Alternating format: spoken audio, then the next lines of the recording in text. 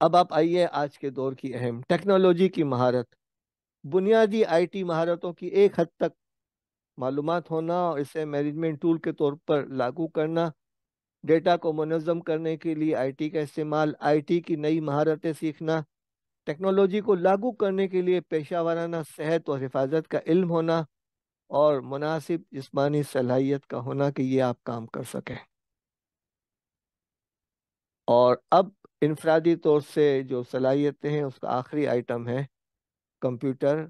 آج کے دور کی چیزیں ہیں: مناسب سافٹ ویئر کی شناخت و استعمال کرنا، ہارڈ ویئر یا تکنیکی مشکلات کی شناخت، تجزیہ اور حل کرنا، دوسروں کو کمپیوٹر پروگرام استعمال کرنا سکھانا، مختلف اپلیکیشن اور پروگرام کو سمجھنا، ویب ڈیزائن ٹول کا استعمال، مختلف آپریٹنگ سسٹم کو سمجھنا اور استعمال کرنا.